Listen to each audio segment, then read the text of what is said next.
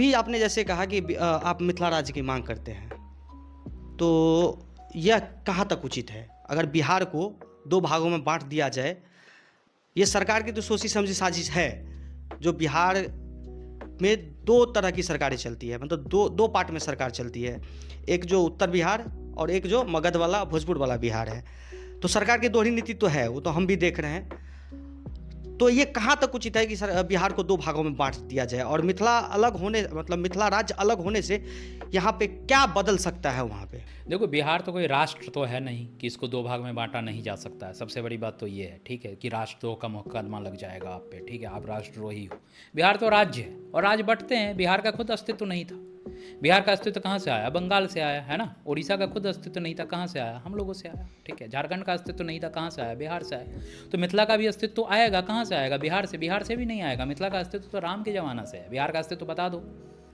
आज बिहार दिवस भी, हाँ, आज ये शूट कर रहे हैं बिहार दिवस। 114वां या 115वां बिहार दिवस है। 115 साल से पहले बिहार नहीं था, लेकिन क्या मिथिला था? जी हाँ। राम का शादी कहाँ हुआ था?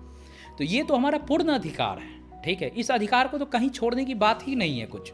और मैं जैसे कि पहले ही आपके सवालों में जवाब दे दिया था कि हमारी समस्याएं अलग है, हमारी भाषा अलग है, हमारी संस्कृति अलग है। तो भाषा के आधार पे भी अगर राज्य आप बांटोगे तो भी मेरी राज्य है, ठीक है। संस्कृति के आधार पे भी अगर राज्य बांटोगे तो भी हमारी राज्य है, और तुम समस्या के आधार पे राज्य बांटोगे तो भी हमारी राज्य है। तो राज्य तो भाई चाहिए ही चाहिए, वो तो गोल है, ठीक है। और हम ये भी नहीं चाहते कि हमें भारत गणतंत्र में नहीं रहना, भारत गणतंत्र में ही रहना है, लेकिन अलग पहचान चाहिए। लेकिन अलग पहचान चाहिए। जिस पहचान को बिहार सरकार ने धूमिल करने की कोशिश की है, उस धूमिलता को खत्म करना है। और हमें मिथिला राज्य चाहिए एट एनी कॉस्ट। कुछ भी हो जाए वो हम लेके रहेंगे। मिथिला राज्य की बात करते हैं आप। संगठन और समाज, जो मैथिल समाज है, वो आज से नहीं, संघर्ष काफ़ी पुराना संघर्ष रहा है मिथिला राज्य का। और साथ साथ में हम देख रहे हैं कि अभी मिथिला डेवलपमेंट बोर्ड के लिए भी हम लोग संघर्ष किए।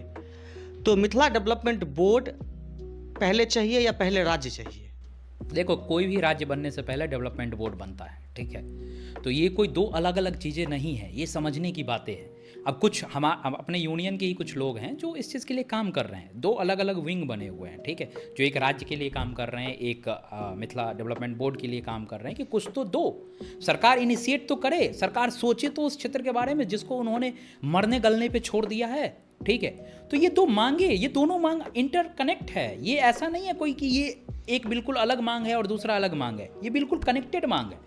और कोई भी, जैसे झारखंड डेवलपमेंट बोर्ड बना, ठीक है, तो उसके बाद झारखंड स्टेट बना, तो ऐसे मिथिला विकास बोर्ड बनेगा। उसके बाद सरकार पहले कोशिश करती है कि राज्य बांटने से पहले मैं एक बार कोशिश करके देखता हूँ इनका एक डेवलपमेंट बोर्ड बना करके, कि नहीं, वहाँ उस डेवलपमेंट बोर्ड के जो लोग हैं वो डिसाइड करेंगे कि भाई इस क्षेत्र को कैसे तुम डेवलप करोगे, ठीक है।